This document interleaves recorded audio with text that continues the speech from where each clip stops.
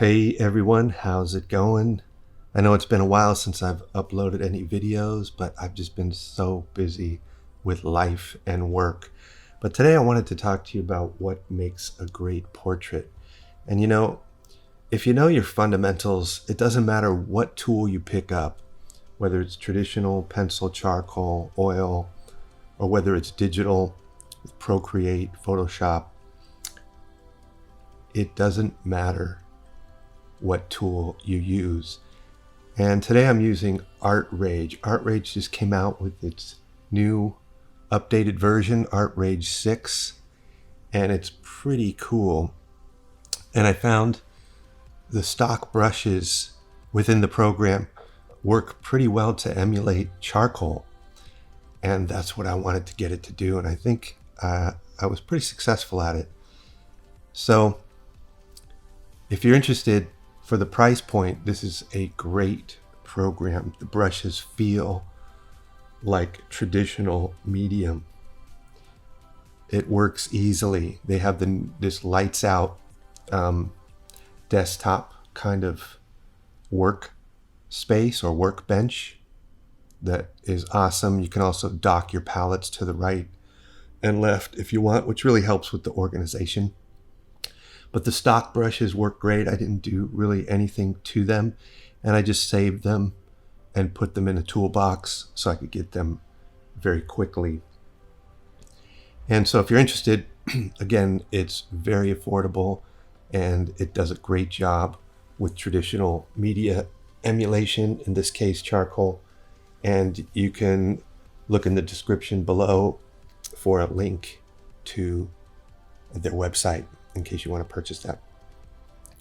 Okay, so back to the topic. What makes a great portrait?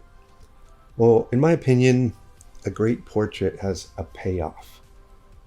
So the first payoff is visual. The elements of shapes, values, edges, form, texture, and color are organized in a way that focuses one's attention toward a few key areas of a painting in a kind of hierarchy. So in other words, the artist is being very thoughtful of how to move the viewer's eye around the work and skillfully uses the rules of composition to bring about pleasing results.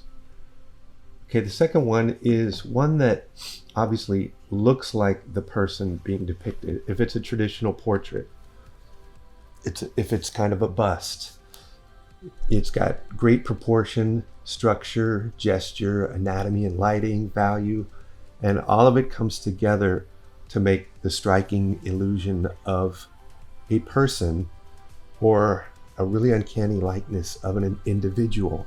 That's the magic of doing this. It really comes down to capturing the essence of the person. There's a soul in there. There's a face looking back. There's a person looking back, and it somehow has been captured on the canvas. And that's really magical and special. And one little technical thing you can do is put the catch light in the eyes. So that gives it life. If there's no catch light in the eye, then it can tend to look a little dead and have a different effect than you might have intended. So pop that in there if you want your drawing to look alive and like it has a soul. So the third one is that the face conveys some kind of emotion, some kind of feeling. It could be just plain beauty and light, or ugliness and darkness, or anything in between. It's got to have that drama, let's say. Number 4 is that there is an environment that's implied or otherwise drawn with great clarity that the person lives in. It's their world. It must play a supporting role, but it's not the star.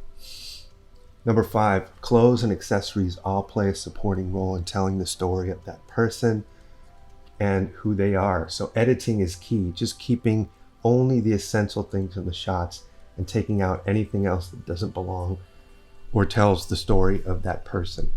Number 6, it has great lighting. The lighting could be soft and diffuse as in a beauty or fashion shot, or it could have good contrast with nice shadow shapes that show off the form and conveys a tone or mood. Either is okay. Now, those things are all technical, but it begs the question, why do we do this in the first place? What's it all for? And that's really where the main payoff comes into play. And it comes from the emotional response, positive or negative, of a story well told. When someone is touched emotionally and intellectually, something magic happens as the work reveals something of value about ourselves and the world around us, and we feel connected. Sometimes you hear it described by someone as having been moved by a piece of music, a movie, nature, or what someone said. And that's really the point of art, is to connect and to touch someone. So if you can use all of your technical ability to touch someone, I'd say that's the biggest payoff of all. And that's why I draw portraits. All right, that's about it. Remember to check out Artrage 6. It's awesome. The link's in the description below. And I'll see you next time. Bye-bye.